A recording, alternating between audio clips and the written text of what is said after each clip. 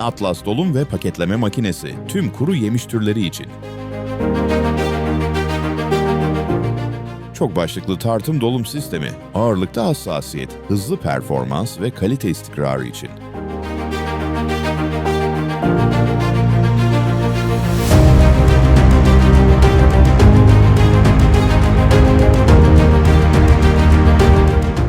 Çok çeşitli hacim ve ağırlıklar için dikey dolum makinesi.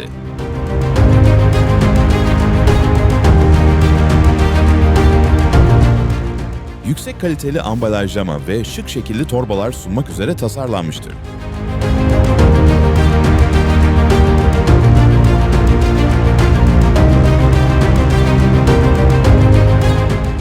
Atlas International, 50 yıllık deneyimle gıda üretimi ve ambalajlamada öncü inovasyon.